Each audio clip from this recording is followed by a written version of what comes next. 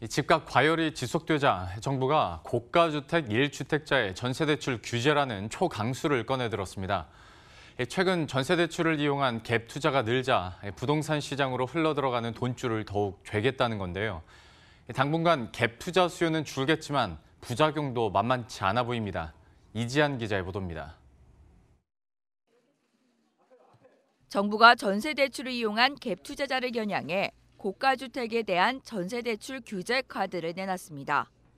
지난 1일 발표된 부동산 대책에는 시가 9억 원 초과주택을 보유한 1주택자에 대해서 전세대출의 공적 보증을 제한하는 안이 담겼습니다.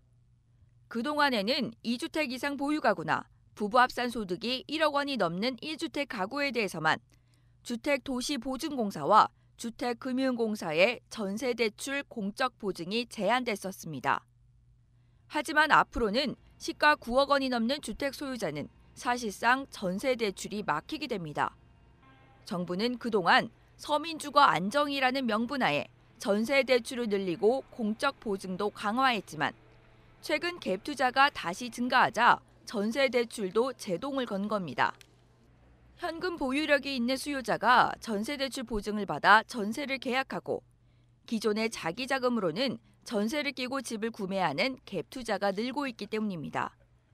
특히 정부가 주택담보대출을 막자 비교적 대출이 수월한 전세자금 대출로 우회 대출을 받아 집을 사는 비중이 늘고 있습니다. 실제 올해 상반기 서울시 전체 주택 거래의 51%가 전세 보증금을 승계한 계약으로 주택 실수요 비중을 넘어서기도 했습니다. 또 전세자금 대출 잔액 역시 지난 2017년 말 66조 6천억 원에서 올해 4월 말 102조 원으로 40조 원이나 늘었습니다.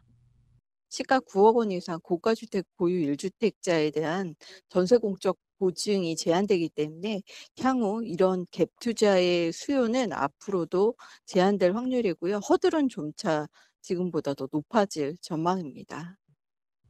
갭 투자를 막기 위해 전세대출 규제책을 내놨지만 부작용도 우려되고 있습니다. 주택을 갈아타려는 목적으로 전세자금 대출을 활용했던 1주택자들의 어려움이 가중될 수 있기 때문입니다. 또 가뜩이나 전세 공급이 부족한 상황에서 자칫 전세 시장 불안을 부추길 수 있다는 우려도 나오고 있습니다. 머니투데이 방송 이지안입니다.